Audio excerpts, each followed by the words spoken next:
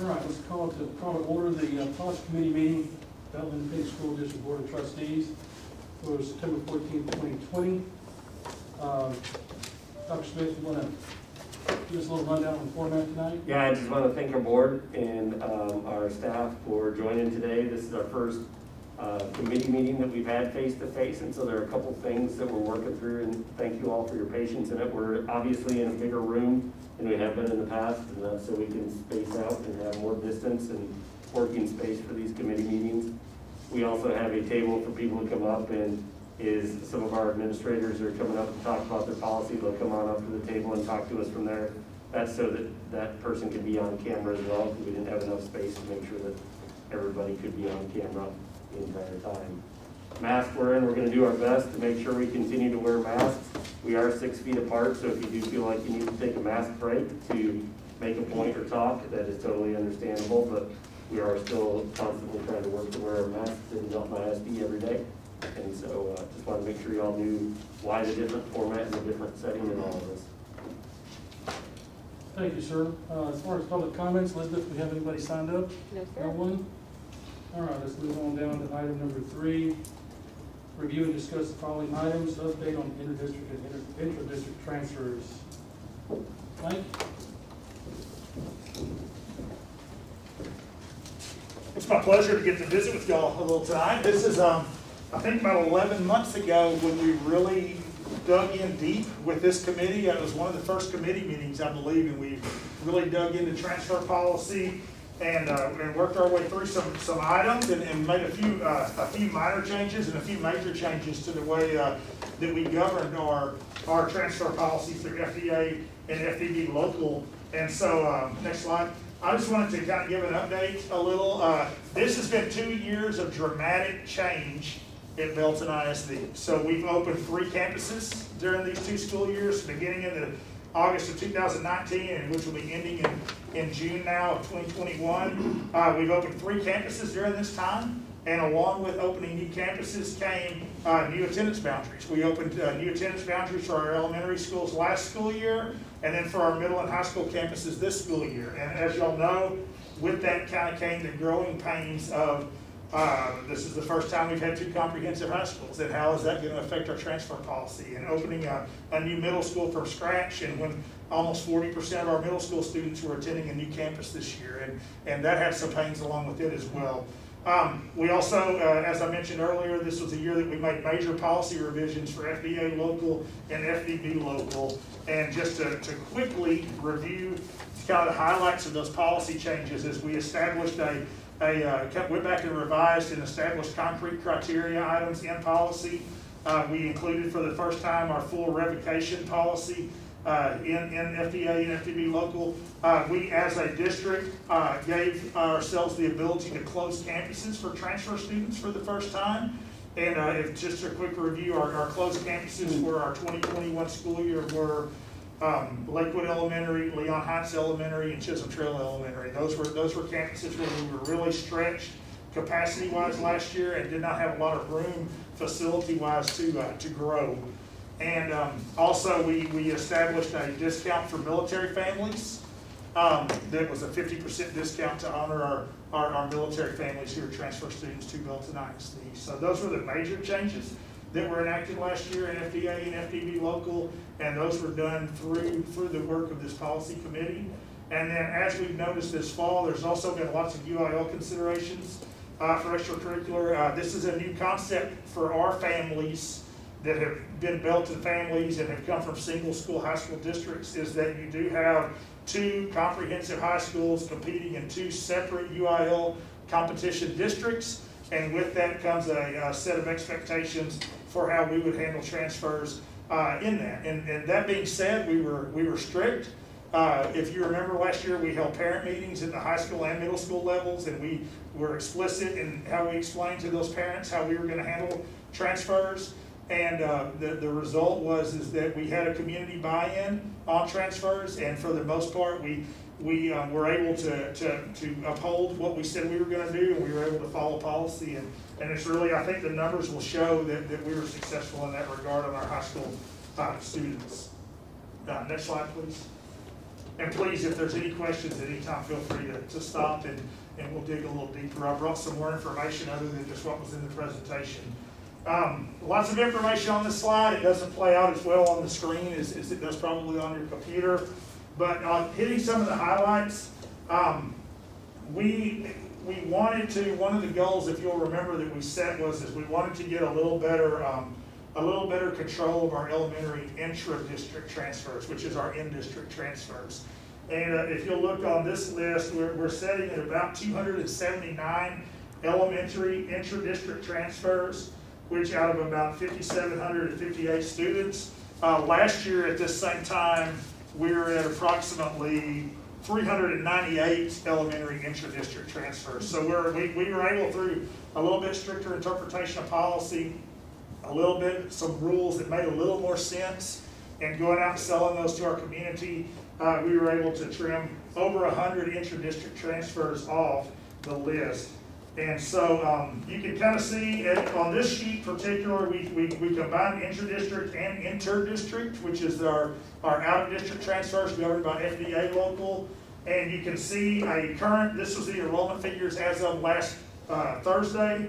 You can see what our enrollment was on Thursday, our total transfers, and then what percentage of the school population that was. So probably the most significant that we came in is that we don't have any, this year we don't have any campuses over 20%. Last year I think we had 3 over 20%, which the highest being Sparta at 28%. So we were able to protect Sparta a little more, and our other campuses, I'll get into the specifics of what our transfers are occurring on the next slide. But if you look at the bottom 3 tabs there where it says all campuses, I thought this was interesting to see that. So out of 5,758 elementary students, we have 480 that are on transfer, either intra or inter-district, which equates to about 8% of our population. In middle school, we have about 210 students on transfer out of 3,024, which is about 7%. And then at the high school, we have about 198 students out of 3,844, which is about 5%. And one of the things that where I felt like we made good on our philosophy was at the high school, you could tell out of 3,844 students, only 55 are on intra-district transfer. And the majority of those, next slide. Let's talk about intra-district transfers first. So this is kind of the annual report that we typically gave out at the board meeting. We felt like since we were going to give a little more comprehensive data this year, it was more important to present this to this committee and then let y'all give that update to the full board whenever we meet next week. But so you can see this year, we had a grand total of 473 inter-district transfers. 256 of those were employee transfers, and 217 of those were non-employee. That number is up from 419 transfers last year. And looking through the data, there's really a couple of reasons why that's so. Number one is we hired a lot of new employees this year, opening a second comprehensive high school, opening a fourth middle school, and we added a number of FTEs to our elementary teaching staff this year as well. So I don't have the exact number of staff. Todd may know it or may not off the top of his head, but we added a lot of teachers this year, and so some of those kids our employee transfers were up, and then also for the first time we started to designate campuses for our out-of-district transfers based on proximity to their home address. So no longer could an out-of-district parent choose which elementary school they wanted their student to go to.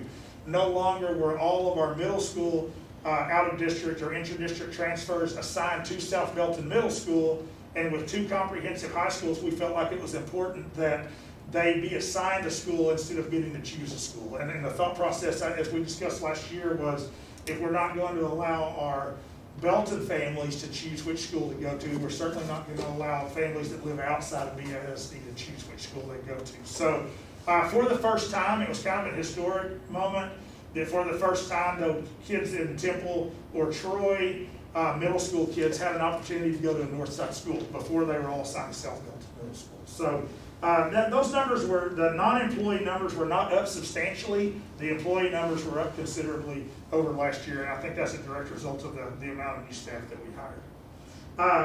The threshold in BISD has always been 4%, so we were very careful not to exceed 4% of our total enrollment.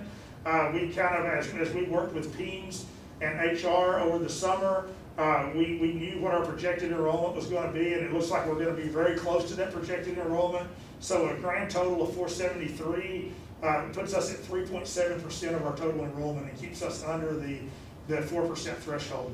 I think it's also important to note that of those 473, 350 were renewals from last year, which makes me feel good that students that are accepted as inter-district transfers are choosing to come back the next year. I think that data shows me that they're probably having a good experience here and want to bring their students back for the following year. You can see historically how that kind of bodes out. We were at the highest of the last 4 years was we were at 3.8% in 2017-18. What's happened until this year, the number had kind of stayed roughly in the same ballpark, around 20 students. But our enrollment continued to grow, so the percentage dropped. This year, because of the new staff and some of the new options that were available, I think you saw an increase.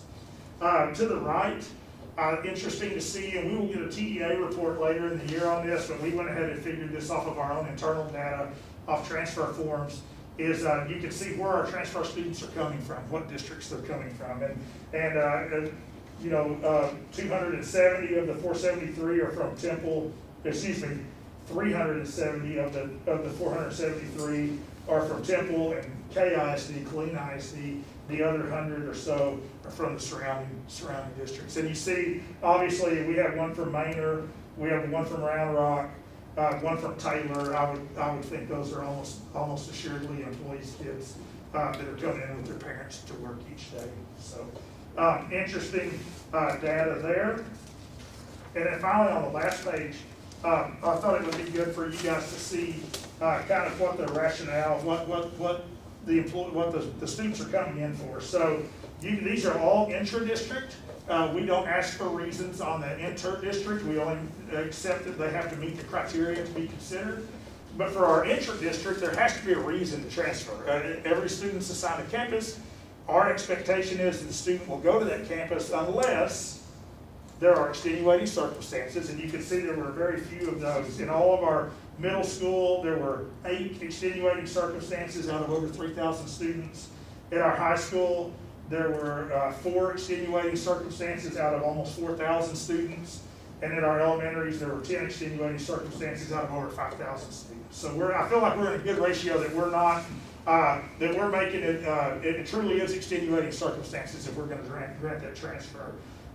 Employee child, you can see by campus there for the middle schools and high schools, and you can see at the elementary they're all grouped together. But 40% of our elementary transfers are employees' children, and then you can see that that's substantially the greatest number we had at the high school. We're at the middle school level where employees' child transfers. And then we had others. Others might be you can see at North Belton, we had 10 others. There was a program at North Belton Middle School that initially was not offered at Lake Belton Middle School. And so there were 8 students who applied to stay at North Belton to be part of that program that was not going to be offered at Lake Belton Middle School at the time when we did transfers back in November. So if you see an other on there, it's generally a program choice because that program was not offered at the other campus. And then the only other substantial one at the high school level is we did allow siblings. So if a student had if a freshman or sophomore had a sibling that was a junior or senior at Belton High School, we allowed that student to go with that sibling so that all the family could be at Belton High School. So you can see there were 16 sibling transfers for BHS, none for Lake Belton High School. And that's kind of that's the most important data I wanted to bring to you tonight. We have more, and more I can share is if you request more, and other thoughts that, and I'll entertain questions at this time. So the policy worked good. I thought so. We'll have to flush it out for several years, and what I think we will see is those elementary transfers, those returning students. If y'all remember, for elementary students, if they had 3 years history at the campus, we went ahead and let them stay at that campus, regardless of what the original enrollment was, with the understanding is that they would, that transfer would cease at middle school and they would go to their zone middle school. So we didn't want to take elementary students who had been at a campus for 3 more years. In a lot of cases, it were 5th graders that already had 4 or 5 years at a campus, and we wouldn't have to let them finish their 5th grade year. So we would hope that the returning students will decline and the sibling transfers at the elementary level will decline, and hopefully we will get to a point like we are with middle school and high school where it will only be extenuating circumstances, employees, children, or others, which would be program needs and things of that nature. Why 4%? Is that just an arbitrary figure? Yeah, it is, and it's. I don't know if there's anyone in this room that knows where 4% came from, but that's kind of been the threshold at BISD. It's not in policy, but that's as we worked through with the prior administration and the prior student services director, 4% is kind of the agreed on number. That's kind of been the historical threshold of where we wanted to stay. Now, Mike, you said that the numbers reflect adherence to the policy. Can you tell us specifically what you're talking about here? Yeah, we were really, I won't say concerned, but we did not want to give the illusion for our secondary students that they would have be able to grandfather into campuses or would be able to have program choice. So we know obviously that some of the hurt at the high school was you had families that their parents were in the marching 100 and they wanted to be in the marching 100, but they might have been zoned to Lake Belton High School. Or they might have had a parent that played a particular sport at Belton High School and they wanted to play. Or they lived on the Belton High School zones and they just thought it would be cool to go to the new campus. And we had some of those. So when we told families that we were not going to consider those, because they're very complicated issues, especially from a UIL perspective. Anytime you go to school out of zone, there are UIL implications on that eligibility wise that includes waivers, that could include hearings with the district executive committee, all those sorts of things as well, if it was determined that the student moved for athletic purposes. So we had coaches that moved from one high school to the other high school, and we had to make sure that before any of those hires were ever made, we had told our families that we won't be allowed to follow a particular coach. So maybe a student was a sophomore at Belton High School, and they had a great experience with a coach or a teacher at Belton High School, or a band director for that matter, and they would not be allowed to follow that staff member over to the other high school. So I think that's what we're talking about. We were really clear and upfront. We were really honest with people about what our expectations were, and I think the data on 53 transfer students out of 4,000 students kind of shows that we followed a clear and fair path.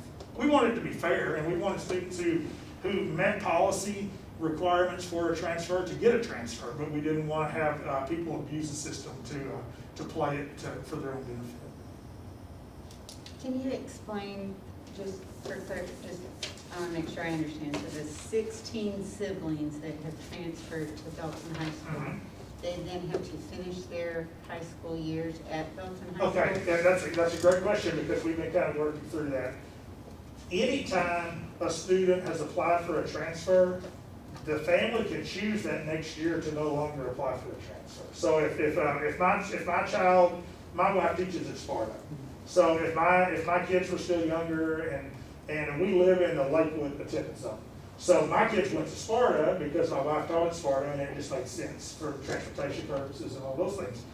If my son was a 4th grader at Sparta and next year we decided, well, he's old enough to walk to school, he's old enough to walk home, we'll just let him go to our home school, then we could not apply for that transfer as a 5th grader and he would go to his own school. The only implication with high school kids, and this is something that Coach Skidmore and our athletic staff is working out, is if those 16 siblings apply for a transfer and they went to Belton High School their freshman and sophomore years, the older sibling graduates, we're just going to explain to them that to return to their home campus needs to happen at that time. If they wait longer, then there might be some UIL considerations about living out of zone and where they might not have to set out varsity eligibility for a year. So that's where it gets complicated. We do not require, we can't grant a 4-year transfer that's granted on a yearly basis because not only does the family have to request it, but we also have to make sure they meet all the criteria. Was their attendance up to par? Was their behavior up to the standards that we've asked them to do? Do they still live in the same house and the same zone and all those sorts of things? So it's not a guarantee for your transfer. They will have to reapply for that transfer each year. So if they played a varsity sport at Belton High School, they can still transfer to Lake Belton High School? Mm-hmm. We're going to ask them to do that at the first opportunity after the sibling graduates. So. Okay, I understand. Okay, thank you. And so they won't have to sit out. Not if they're Not back to their that zone school. Okay. But if they don't do it at the first available opportunity, then we would self-impose 1 year UIL ban on that. Rose, anything else? Chris? Dr. Smith, anything? I just want to applaud the board and Mike, Robin, and Robert Mueller. I think all had a hand in all of this in the past, and I think y'all's work was phenomenal. And this is a tricky policy and a tricky one to see it come to fruition. And I think it's good news for Belton ISD, what I see there. So I'm excited about the direction we're going. Very sensitive policy. Very sensitive, absolutely. It was. And we had a lot of tough conversations with families over just uncertainty, especially with the new high school. Where was their kid going to fit in? You had students who were freshmen at Belton High School last year who might have played varsity sports or been on marching band and wanted to continue that, and we had to be sensitive to all that, but at the same time we had to be fair and consistent, and that's where I think we got it right, but that's where it got tough sometimes.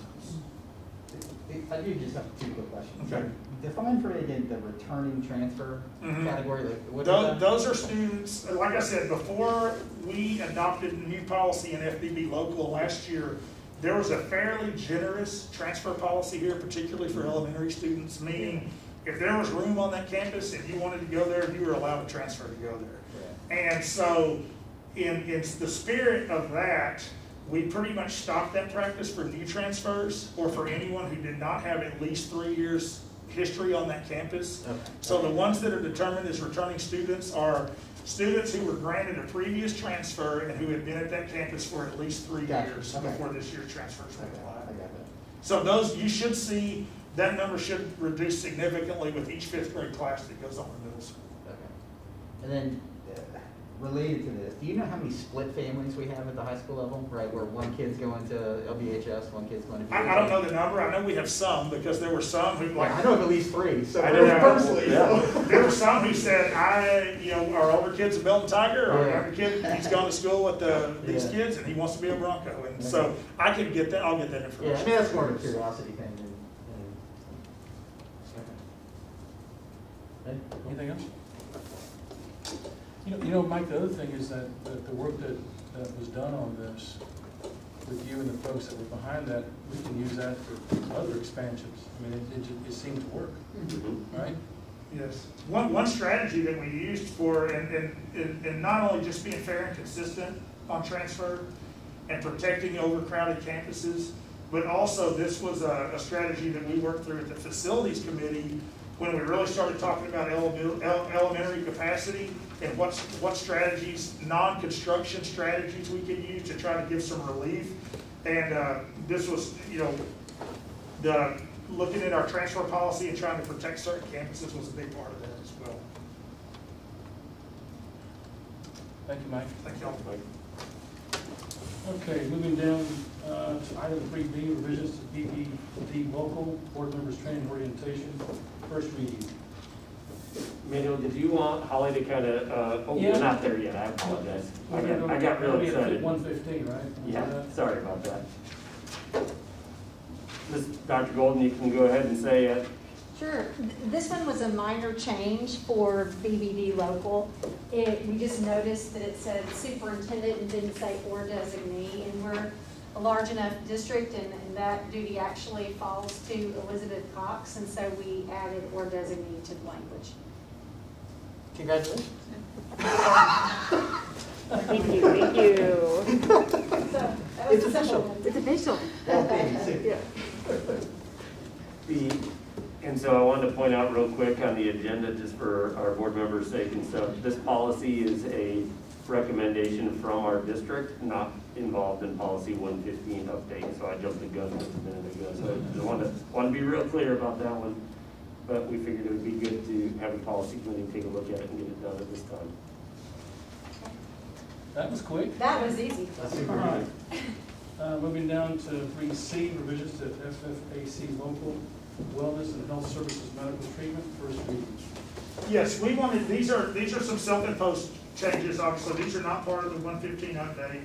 And FFAC deals with our wellness and health services and medical treatment. And if you'll look to page 10 of the packet, we are asking for permission or for a first reading. We felt a need, and this is a kind of a decision, you know, lots of districts statewide are doing this, but we would like to move to having unassigned epinephrine on campuses. We feel like that just because of the higher occurrence, it seems, of food allergies, undiagnosed allergies, and allergies to others, if we have a student that goes into some type of critical condition, we would like to have unassigned epinephrine available. It would only be handled by trained staff, meaning in most cases either our school nurses or health professionals or our school athletic trainers. The maintenance, availability, and training will all be the responsibility of our health services department and the director of that department, meaning making sure that the staff that are going to have access to this tool have all been trained appropriately, that it's all inventory, catalog, expiration dates watched, all of those sorts of things. And then we will have notice to parents that in regards to the epinephrine program, and notice any change or discontinuation of this program. So a lot of our students that have diagnosed allergies do have their own epinephrine on campus, some do not. And then, like I say, there's always that opportunity that someone could have a reaction that they don't know about, and we just want to have this tool there as a potential way to help them out until EMS can arrive. So Mike, just for clarification for all of us, this change came about from what? We had started to talk, but we actually had a middle school student who had a nut allergy and had accidentally ingested a peanut product at lunch. Did not have epinephrine on campus, and everything ended up okay. But we just felt like that we want to have epinephrine available in case that situation resolves itself. Yeah, thank you. Mike, who provides the training for that? To administer the epinephrine? Our health services director, and through County Health Authority, she worked hand in hand with the Belton County RAC, kind of establishing the protocols and processes on this. And reading through the policy here, there would be someone, at least one person on each campus that would be able to administer that? Yes, all of our healthcare staff, so our nurses, nurses assistants, and then our athletic trainers would be included in that group. I don't think it specifically names them because we could designate other professionals to be able to do that, but that's our current plan, would be our healthcare providers and our athletic trainers. And so our smaller campuses would have another designated person, correct? But they all have full-time nurses. Okay, Leon has one now as well, okay. But we might, yeah, in that case, we might train an administrator as a backup just to make sure that Right. it's. I've got a question on this, but I saw you raise your hand. I was just going to add that the legislature changed it 2 sessions ago, added the ability to have these unassigned EpiPens on campuses. And Charlotte Smith, your Director of Health Services, had come up with some really good procedures in the past, and she noticed, and looking at those again for this year, that the district hadn't adopted a formal policy on this, like many districts have not done that. Very few have actually done that. But if you look at the language of the 38.28, it appears to indicate that the board needs to adopt a policy. And part of the requirements for adopting that policy, which is great because we want your staff or any volunteers who are using this to have the protections of the immunity that volunteers have under the education code. And one of those requirements for the policy is that you have to have somebody on campus at all times who's trained on how to administer this. So they've got that, all of the required elements in the language that they came up with. Yeah, and that's where my question is too, like that on campus at all times, right? And so it's, how many people on the campus are trained? Okay, so what are we doing to make sure that that person or those people aren't all off campus at the same time? When you look at the high school level, okay, does that mean before school practice, after school practice, right? Like, because if we don't have somebody on campus, it seems like we get ourselves in a little bit of a pickle. So.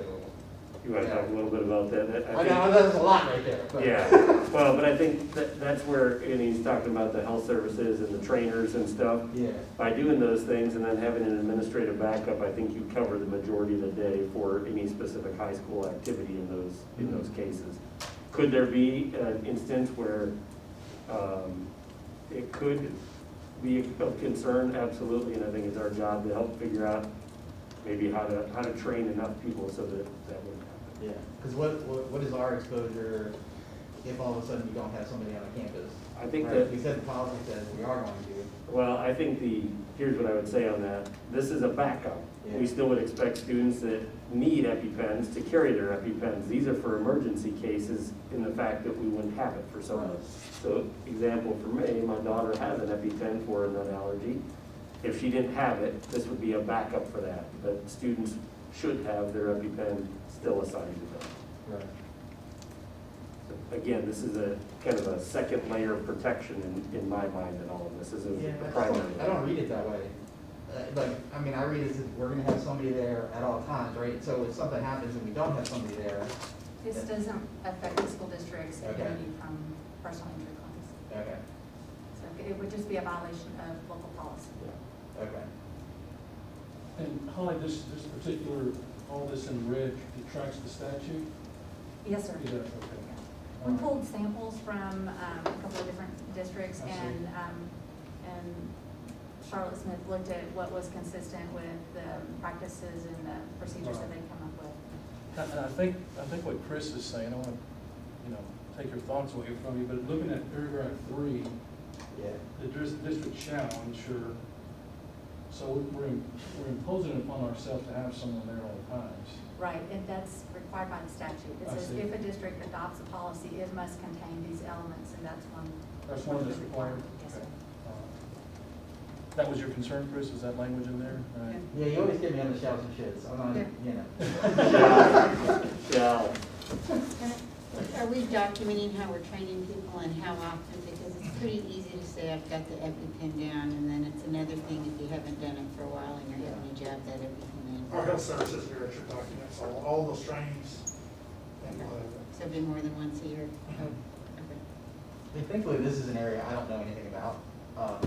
So, like the kids that require one, are they walking around with them in their bags, or are they all checked in at the health, like nurse's station or health station? yeah, they're checked in at the nurses. They are. Okay. Well, some of them, if they're old Yeah. enough and their doctor says that they are, they're capable of carrying it themselves, they can carry it with them. Okay. But there'll be a form in the nurse's office that says that they can have it. Okay. Now, that would probably, where your secondary level kids are doing extracurriculars and things like that, elementary kids, it would be the expectation of the nurse. And before this law passed, if a student didn't have an EpiPen with his or her name on it, then our staff would be limited in terms of, in an emergency. They couldn't take one of the unassigned. They recognize it's clearly anaphylaxis to use that before paramedics arrive. It's Just so y'all know too, the cost to outfit a district of our size would be, for each round that you had to purchase, would be about $12,000. And we actually, there's lots of companies that are helping with this, and I think about $7,000 of our inventory would be donated, and only about $3,500 for us. So this is really a good program, and if we only need it once and it comes in and gets a student or an adult, this could be for adults too, out of a dangerous situation, and I think it would be worth it. I think one of the challenges that went through in a former district in talking about this policy was our health staff in the past. If something like this happened and you don't have unassigned EpiPens on your campus, then and an incident happens, then they have to make a critical determination at that point, right? Do I use somebody else's and administer a prescription dosage to someone for something? So this helps our health professionals in the end for all of this. That's a great idea. Positive. I mean, obviously, this is a good policy, but the statute doesn't require us to adopt this, does it? Well, the statute says school districts may adopt a policy allowing their staff to use unassigned EpiPens. And so it's not clear from the plain language of the statute that you have to adopt this, but it seems like it would be a best practice if we're going to really authorize your staff to do this, that you have board policy that authorizes it. Because if you don't have board policy, then arguably the staff shouldn't be allowed to do this. But I do think it is our choice whether or not we have unassigned EpiPens on our Correct. campuses, right? That's So correct. we do have the ability to say no if we Right. need to. Yeah, I wouldn't say that, I would like to say that, I'm just wanting to be clear on what the statute requires us to do. Yes, sir. Okay. Rose, anything else?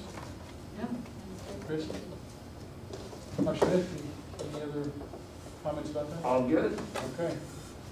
All right, moving down to item 3D, policy update 115, affecting local policies, first reading.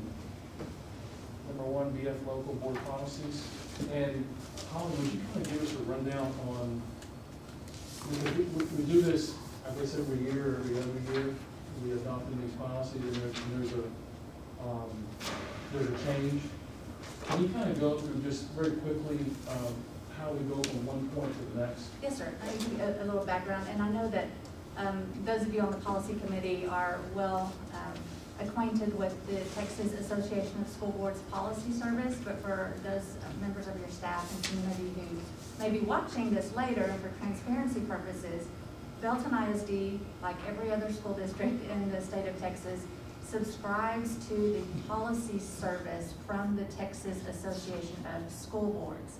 And they do a wonderful job of updating school districts' policies to reflect new legislation when there are rule changes that have been published in the Texas Register or the Federal Register, or sometimes case law that change our legal requirements.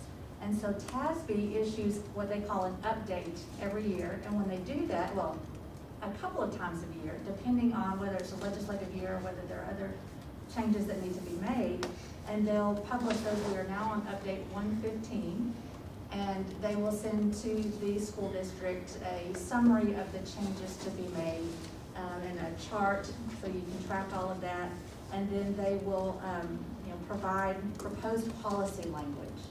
And there are two sets of policies. There are legal policies and there are local policies. The board does not adopt the legal policies because those are simply restating what the law requires, and the school board doesn't have an option. You're not setting the law that is Congress or the Texas legislature, or sometimes the Supreme Court or the Circuit or the Texas Supreme Court. But they do, where they have policy options, those are reflected in the local policies. And all of those local and legal policy references are on the school district's website, and the policy manual is broken down into sections A through G. The A section has to do with basic district foundations, like the geographical boundaries and how, what your status is as a school district. The B section has to do with local governance. The C section has to do with business, purchasing, finance. The D section contains your personnel policies, your leave policies, expectations for professional standards. Your E section has to do with curriculum and instruction. The F policies are student policies, and the G policies have to do with public relationships with other governmental entities, public complaints, cooperation with local investigators, and those types of things are found in the G section. And so when there is a legislative year, you get a big policy update, and then thereafter, a lot of times there are rules that have to be adopted by various state or federal agencies. When we have a legislative change of either state agencies. And so TASB will update these policies to reflect any legislative changes or any changes that have been approved, for example, by the Commissioner of Education. And that's primarily what we have here. We have a B policy that is basically going to state, what I just said, that legally referenced policies are not adopted by the board. And you got some personnel, a curriculum, and a number of student policies that are reflecting legislative or rule changes. So it's a great service that they provide, and the board has an opportunity to review these and make changes as they see fit, and then send those back to TASB, and they will update your website accordingly. And that website is available to the public 24/7, so everybody has access to your policy. When it comes to the legal policies, I mean, there could be, if the Supreme Court of Texas had 3 or 4 decisions, there could be 3 or 4 changes in 1 year, right? That's correct. It just depends on what's going on. Right. Okay. Now, as far as the local policies, even though those are promulgated locally, but obviously they need to comply with the law. Correct. Okay, so how do we know if we adopt a policy? I mean, we have to rely on, of course, on you with that, right? And we can also rely on TAG because we can provide it to them for them to review as well. Yes, sir. Okay. And the legal standards are usually stated in the legal policy that appears, as you know, right before the Right. local policy. And then if there are additional questions, we can rely on TASB Policy Service, TASB Legal Division, your district's counsel. All of those resources are available to you to ensure that the local options that you choose comply with state or federal regulations or law. Sorry. Manuel, just to clarify too, so this is a new practice for us because we've made some changes in legal counsel, et cetera, over the past year here. So our process that we used in this, Connie, could you pull up our worksheet real quickly? This third one right there. So just to show you all, and Connie can show it a little bit bigger, you can see this in your packet, but we took all of those that were recommended by TASB in this policy update, and we went through those and assigned those to the appropriate administrator that is over each section. Each administrator then took a look at the proposed changes from TASB, and then if we had questions or suggestions or thoughts locally and wanted to make something that was a change that was different from what TASB was recommending, then those individual staff members worked with Holly on the language. So the information that you see before you today, the recommended policy changes, we're going to have each staff member come up. We're not going to go through every one of them, but there are a few policies that they felt like you all needed to know additional information about, and we worked with Holly as appropriate on making those changes. So we used TASB as the foundation and what they recommended in their policy update, and then anything beyond that, we worked with Holly in her firm. Okay. So that gets us to the first item, VF local board policies, D1. And what we wanted to do in all of these is have, if it's okay with you all, not go one by one through all of them, but to be able to actually have our staff kind of go through the highlights of some of them, because some of them are just a couple of minor changes. So I believe you all made some agreements earlier about who was coming up first. Short straw. Short straw. Because a couple of the policies are really just changing a few minor words or saying as designated appropriately, things like that. But our staff is going to talk you through some of the more bigger changes and all this, but more important. Yeah, I definitely think DIA, which is our Freedom from Discrimination, Harassment, and Retaliation with Title IX legislation that's recently come down in the last several months. There's been significant changes to this policy, and I'd like to kind of walk y'all through them. On page 16 in your packet, it talks about prohibited conduct.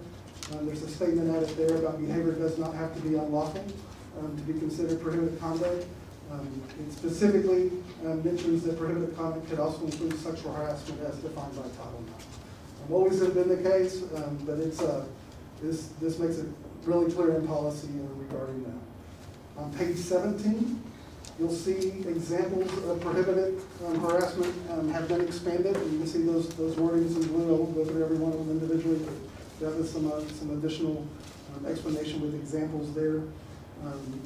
Remaining on page 17, they separated out sex-based harassment, referencing procedures that must be followed upon a report of sex-based harassment, and it refers you later to more information that's within this policy, which we'll discuss here in a second. Remaining on page 17, sexual harassment examples also was revised to include electronic communication as part of that as well. Retaliation, that didn't go away, so when you see those things marked out there, it's just relocated in the policy. And so we'll see those here again in a second. On page 18, talks about timely reporting. Some wording changes with that timely reporting, but overall the intent is still there. Once somebody within the school district is notified of an incident or a report, the district is considered to be notified as well. So we spend a lot of time training individuals through our Safe Schools program. And that is something that every employee in this district goes through and sees, and they all know that if they get a report or concern reported to them, then they should report it immediately to their Title IX coordinator. Todd, just a quick clarification on this one, because Rosie brought this up a little bit earlier about training and asking how frequently the Safe Schools training happens every year, and employees have until what time to do that, and we track it? Yeah, so we do track it. Typically, we say that it needs to be completed by October 1st. Right now, we're about 85% completion right now. And so we spend, a lot of those that we have a hard time getting to sometimes is our auxiliary employees. And so we spend some time working with those departments individually and making sure that they can train as a group and then mark them off our list for completion. So, on page 18, it also talks about notice of a report. And again, it added language about the employee receives information and shall be reported immediately to our district training.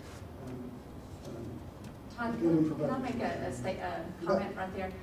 Just food for thought, something to think about as somebody who litigates these types of claims and defends people.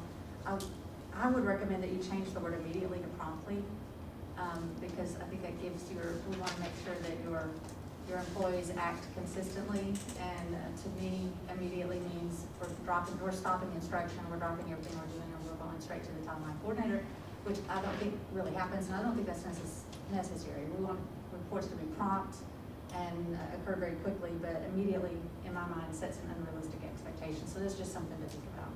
And that's in your FFH policy as well. What's that top paragraph, third line, how, the right? Page 18? Yeah, it occurs 3 times on that page. Reporting procedures and then notice of report down at the bottom.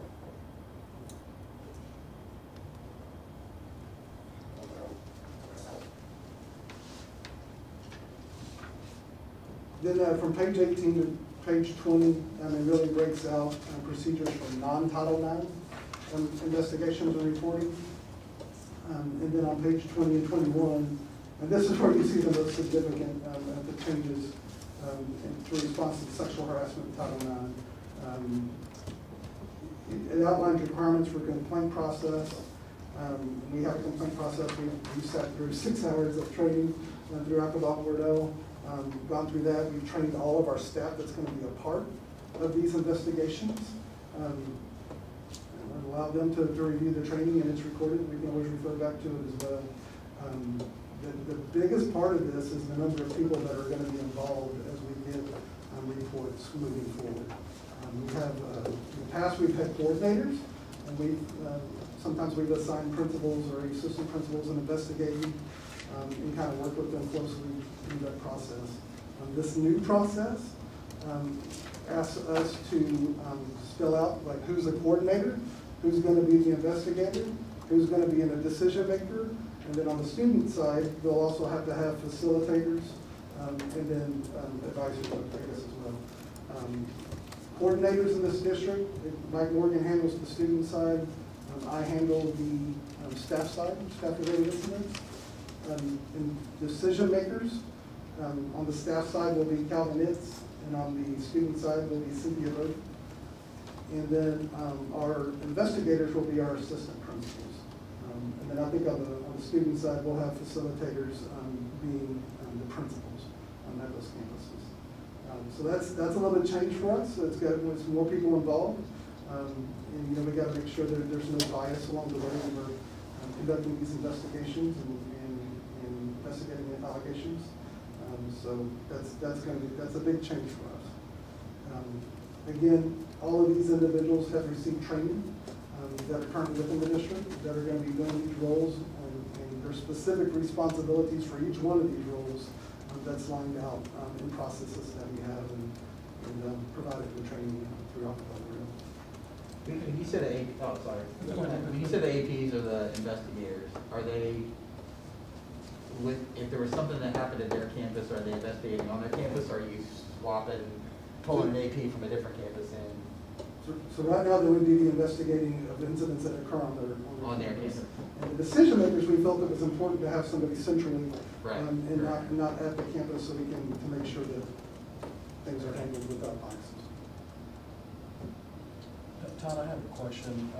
Holly, this may be for you, but I was looking at the vantage points that's in our packet. In there's a discussion about the burden of proof, whether we want to adopt preponderance of the evidence or clear and convincing evidence. Right. And what are your thoughts on that? I mean, it's, Preponderance of the evidence is just Okay. easier, just more likely than not. right. And I think that's what everybody is recommending. I don't know. Now, at the college and university level, and these Title IX new regulations were largely crafted with on-campus sexual assaults or even on-campus sexual assaults in mind at the college and university level. They have a lot of data that they track. And so the procedures that were put in place were to ensure due process for, in part, to ensure due process for the respondents or the accused students. And so if you're talking about expelling a student from the university, where they can't come back, they can't continue their education, and sometimes not be able to get into another college or university to continue their education because of the seriousness of the accusations, then at some of those universities, they may require clear and convincing evidence because the stakes are higher than what they will be at K-12. Because we're looking at possibly an expulsion from school, depending on the facts, but there is a lot of due process that's associated with that too. But usually it's DAP, in-school suspension, if you even get that far, depending on the outcome of the investigation. And so for the K-12 setting, the consensus has been in the school law community that preponderance of the evidence is the way to go. All right, thank you. And that was going to be my next point that I bring up. There at the bottom of page 18, we do list out the standard of evidence, and that being the preponderance of the evidence. On page 22, that's where you'll see the information about retaliation. We're not going to retaliate against somebody who voices any concerns or retorts. And then records retention, and so we were required to keep any kind of investigation, reports, documentation for 7 years is the requirement there. So kind of fast look at DIA. Have any questions before we move on? Josie, anything? No, sir. All right. Real quick on DMD, just want to let you know that DMD local talks about professional development, professional meetings and visitations. And that is a policy that TASB is recommending removal of. And it's really administrative guidance, guidelines. That's the best area to include this type of information, so that policy we are removing. And then I had two things that I just wanted to bring to y'all's radar. In Update 115, there's a reference to 2 policies. It's not asking for changes to those policies, but it's policies that we have not adopted as a district in the past. And that is EB8A, employment requirements and restrictions for pre-employment reviews, as well as EED, compensation and benefits, vacations and holidays. And I'm just bringing that to your radar because we're going to be looking at these policies and probably going to be providing y'all recommendations for consideration and adoption and first reading in the month of October. Okay. Anything else, Todd? That's all I got. Thank you, sir. Thank you. I want to applaud Todd and Mike,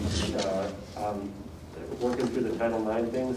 There were a lot of changes that they had to get kind of up to speed on very quickly in the middle of planning for opening schools. So just want to shout out to them on their work. There's a lot of work involved with these things. Right, Holly? I mean, just the struggle to get it right. How are you, ma'am? I'm great. I'm up. My policies are actually easier. They're not as much impact. Grateful for that. So I want to talk about EI Local. EI Local is the local version of EI Legal. EI Legal addresses how you'll address students with transition plans, personal graduation plans, awarding diplomas, supporting homeless students. And so EI Local, the changes there are to just change wording from the use of the word semester to the use of half credit. That matches administrative code. And then the last sentence is removed, which was stating that you are required to take the failed portion of a course. And that does not need to be regulated by board policy. There are many ways for students to earn credit. It might be that the 2 semesters are averaged together as addressed in the policy. There could be a credit by exam. There's just multiple opportunities rather than just taking a course, so that language was removed. And then EI is the one that, or E policies are usually where I live. But this time I also want to go ahead and address FD, local. So in EI, legal, which talks, like I just said, about graduation plans, there was a specific reference to supporting homeless students. And EI, legal, states that a local policy should be written to support students, their homeless students, and ensuring that you're gaining their, accessing their student records and determining credit as you assist them prior to enrollment. And that local policy was placed under FD, local, on page 29. And it's just language specific to supporting homeless students and obtaining their student records and determining what credits they've had prior to enrolling in school. So it's pretty straightforward. We have processes in place. We have a homeless liaison. We're already supporting students, so it's not a change to us other than just a change in the policy location. Can we talk about EI local again? Pardon me? Can we talk about EI local again? Can we get EI that? local, yes, absolutely. I get, like, I've probably read it like 4 times and I don't get it. So, I know it's like a short paragraph, Right. but like I looked at the same thing, I understand. so they changed the words. I don't know why it seems so. well, no, I guess I don't get the like the half credit piece of it, right? So Oh, okay. So if I'm taking English 3 for the year, it's a year course, okay? And in the fall, I earn a 70. And in the spring, I earn a 60. Those two are not going to average together to be higher than a 70, and I'm not going to get a full year credit. I will get my half year credit. I didn't even know that was a thing. So I'll get my fall Okay. of English 3, and I will then need to either retake the spring of English 3, look at credit by exam. I might take it through Edgenuity. I mean, there's multiple ways to earn that credit. How does somebody take the spring of a class? Like, is that? You take it your spring, you can take it your spring of your senior year. So like if that's I gave you an example that was a junior, or you could take just the semester, the spring semester of a course through Edgenuity, which is our online platform. Mm-hmm. And so you could take that in the fall of your, or in the fall, or you might take it in summer school. Okay. So that's why I think they removed that specific language for what you'll take, because there's so many different ways you can take it. Now, the reverse could happen where maybe I earned a 60. I'll be a little more optimistic. I don't know if 60 is optimistic, but I earned a 60 in the fall. If I earn an 80 in the spring, those two will average together, and I will get the 70 average, and I'll get that whole year credit. Okay. Does that make No, sense? but having the examples helped. It still Yeah. blows my mind. Okay. Yeah. I mean, at least I understand at this point. Yeah, and so I it's, had to read that one like 3 times though, I was reading half, Yeah. wait, the half does what? yeah, it's about looking at a full year course and where you can earn half credit. So there's some courses like government is only a half credit. Hmm. So there's nothing to average with government. You either pass government as a half or you retake government. So it depends on if the course is a year-long course or not. So is government only a half-year course? Government is a half-year course, economics is a half-year course. Most of your core courses are going to be a full year, and it's a benefit to students because like that English 3 example I gave, I mean, at least you get half your credit, you don't have to start completely over. Well, you could argue that maybe you should start completely over, but that's a You whole could argue other that's thing. That is a whole other argument. Yeah, that's a Oh, whole other another thing. All right. game. Okay, no, that's helpful. Thank Okay, good, absolutely, absolutely, yeah. Can I ask you a question? Absolutely.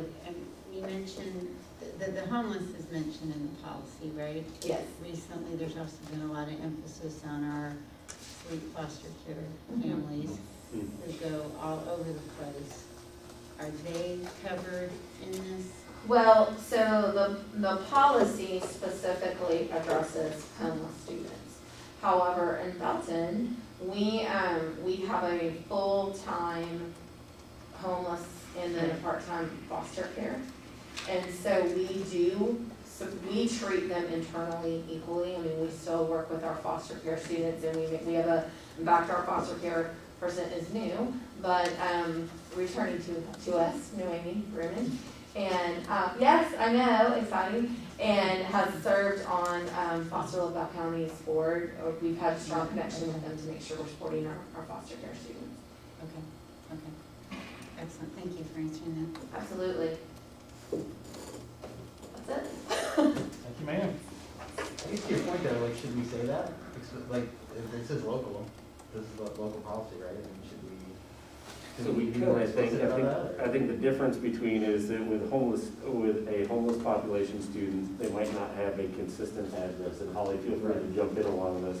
Foster care students, typically when they enroll in our system, I believe, have an address that they're enrolling under, Yes. based on where they are in our local attendance area. So that idea, they become our students, whereas we do have specific legal requirements for homeless students that are outside of our district at certain times, and I think that's where this clarification really comes in. I don't know if that's, do you have anything to add on? No, I don't. I know you have other policies that address foster care students. Can't think of what those are off the top of my head. Okay. Thank you, ma'am. But we could, if the board would like to specifically, this is one of those things, but this is a local policy, and if you'd like to specifically mention foster care in there,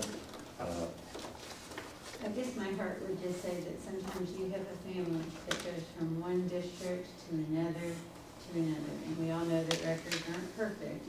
We intend for them to be perfect, but it's hard. By the time it gets to one place, it's going to another, and the kids are innocent. So how are we making sure that they're getting credit? So I guess I shouldn't have left so soon. Let me go back and read, because it does say, Holly, maybe you can clarify for us. It does say as homeless students or in substitute care. So wouldn't substitute care technically include your foster care? I think it would. Because it's substitute. Would you, but like we said, it's local policy, so we could specifically say foster care language, use foster care language. You could put, or in substitute care, comma, including foster care. Including foster care. Well, I think I'd feel better, but I'm overthinking it, just tell me. I don't think so. I mean, if we thought enough about it to treat it similarly, right? And I mean, why wouldn't we then just go ahead and explicitly say that, right? If we think it's important to do that. Well, and I will tell you, having someone designated in your district for homeless care, for homeless students is a requirement. Foster care, I'm not aware, is we chose to designate someone because of just our number of foster care and the importance of that in our system. So absolutely, to add that language would be easily done. So what we'll do is we'll work on that, and then for second reading, you'll see something amended. And if you have questions on it, I think practice has been in the past that second reading is in the regular board meeting and on consent. If there's something that you don't like, then just pull that, and we'll talk about it at the regular board meeting. That's a simple change. Yeah. Clearer the better, right, Holly? Yes. Substitute care services are the case management services, residential care services, treatment services, or other supportive services provided to ensure the safety, well-being, and permanency of a child in the conservatorship of DFPS or a young adult in extended foster care. So it's included. Okay, so it is. So there's no need to make a change. That's the way it's defined? Yes, sir. But if that would make our board feel better about clearly stating that, we can definitely include that. Rosie, what do you think? I mean, if it's defined.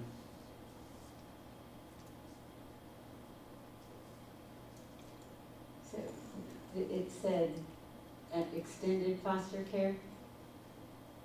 Yes. I just think that there's just so many families out there, and we just see so many kids going from location to location, and maybe it's overkill, but I would like to see it in the language. Okay, agree. We will work on that. That sounds great. Will do. Just 3 words. It should be pretty easy. I think we've got a legal expert to my right here that can help us with that one. Yeah. Another page in the packet. There you go. Connie. One more page. Okay, so I've got a couple of quick ones, and then one that is a little more lengthy, but FB local, and kind of tied to FB exhibit, which is not on the local page, but it kind of goes back and just make sure that it's clearly defined roles of your Title IX coordinator and your ADA Section 504 coordinator, which, as Todd said earlier, Todd is the Title IX coordinator for employee affairs or issues. I'm the Title IX coordinator for student issues. And then Jennifer Ramirez is our ADA Section 504 coordinator.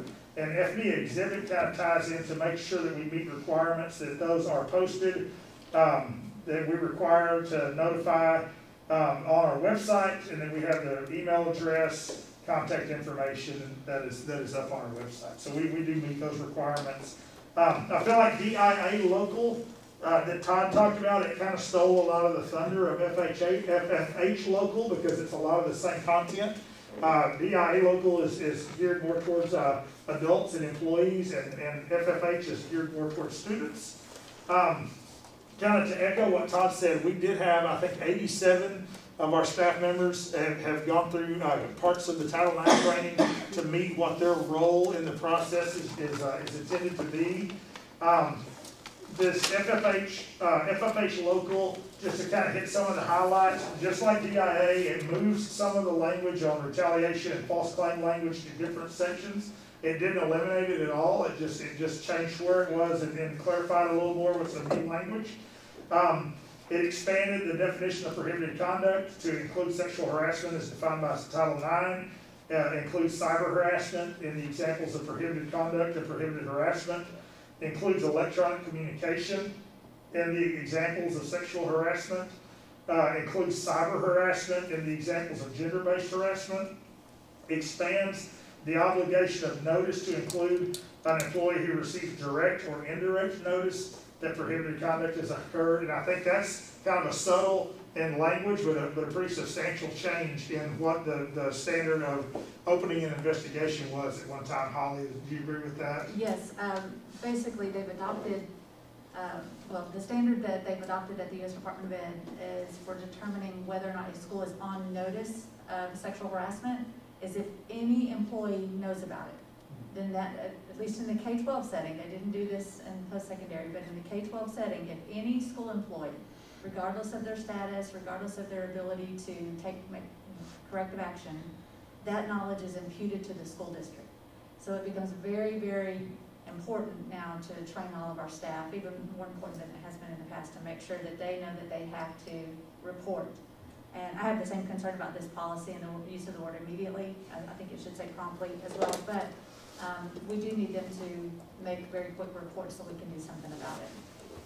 And that doesn't necessarily impose legal liability, but it will, if we get a complaint that goes to the Office for Civil Rights. They will impute the knowledge of anybody who works on the campus. They may answer the phone, they may work in our food services division, but if they have knowledge, then they have to report it because that knowledge is imputed now to the entire school district. So that was one of the big changes. What a tough rule. Yeah. So I think that's even stricter than in the corporate setting, actually. I guess if you're in a managerial, it's in the corporate setting, if you're in a managerial. Yeah, that's position. where it lies for in the corporate setting. Right. Yeah. A supervisor or manager Yeah. position. So it could be any, I mean, all staff, All staff, any employee. any employee. Anybody with a badge. Wow, okay. That's broad. Yeah. Yeah. As Todd stated, the FFH discusses the standard of evidence used, which for K through 12, almost universally we've seen it's going to be the preponderance of evidence. That's what's going to be used. Another thing that was in our training and in looking into this too is another decision that entities had to make, K through 12 districts have to make, is whether or not they're going to allow live hearings or not. And it's not recommended for us to do live hearings. It's not recommended that it's in the best interest of your students to do live hearings. There's other ways to investigate and get the facts without putting them in that situation where they're being cross-examined by people who may or may not actually be trained to cross-examine people. And is that kind of the general feeling that Yes, sir. Again, these regulations were largely crafted to deal with very adult issues at the post-secondary level, and they must provide students with a live hearing before they are expelled, because there's so much at stake, and that is a very court-like process. There's some form of cross-examination, and students are entitled to advisors, and so we don't have to do that in the K-12 setting, and I haven't heard of any school district that is choosing to provide live hearings. You can imagine how traumatic that would be for everybody involved. And so I don't know any school district that's going to do that. So. And that's, if you read summaries or articles, newspaper or magazine articles, that's one of the options it talks about. And just wanted to make sure we talked about that, what we were choosing for our standard of evidence, and that we do not recommend pursuing live hearings in the interest of our students. Just like with DIA, it goes on to talk about examples of retaliation now, including threats, intimidation, coercion, along with the old language. And then also false claims were reworded, but with the same concept, that anyone who intentionally makes a false claim or offers false statements in a district investigation regarding discrimination or harassment shall be subject to appropriate disciplinary action in accordance with law. So basically, it's a standard that we make sure that the people who are participating in the investigation know that there are consequences for giving false information. A lot of the language, like I say, a lot of the language is the same. This is one that we're really, it's going to take a district-wide effort to do this and do it properly. This was our training manual, but I believe the actual legislation or the actual law is about 2,000 pages or so, isn't it? So there's a lot to it, and we'll be have a lot of checklists, and we'll be going through those checklists and making sure that we're following and making sure that both sides in this are that their rights are afforded and that we're following the process. Going back to the burden of proof, on one hand, we're talking about employees, the other hand, we're talking about students. So the preponderance of the evidence is also for the employees, or should it be pretty convincing? I mean, if you're talking about, you mentioned the stakes are high, so if it's one employee to another, the stakes are pretty high because someone could lose their ability to teach. Well, if they, before they lose their ability to teach, they're entitled to a hearing in front of SBAC, and they do have a different standard. Okay. And so all of those standards still apply. Also, before a staff member or anybody who has a Chapter 21 contract, they would be entitled to the procedural protections of a non-renewal hearing, or if it was serious enough a mid-year termination, where the district would have to prove, and that's still a preponderance of the evidence standard too, but they have to prove to an independent hearing examiner. So before somebody actually loses their job, unless it's an at-will employee, then they would have those procedural protections in place. I see, okay. Thank you, sir. Those protections that make sense, those would be useful. Lots of layers in there. That's right. Okay. And I think that covers all of our administrative highlights, and so we wanted to turn it over to all of you now to see if there were any other items that you flagged or you wanted to know about in any of the other policies, but we wanted to try and simplify as much as possible for you all the things that stood out to us as pretty significant changes for you. I don't have anything. Chris, Rosie? Going through my notes here. While you're doing that, Holly, we're going to change those words from immediately to promptly. Any word that appears? Okay.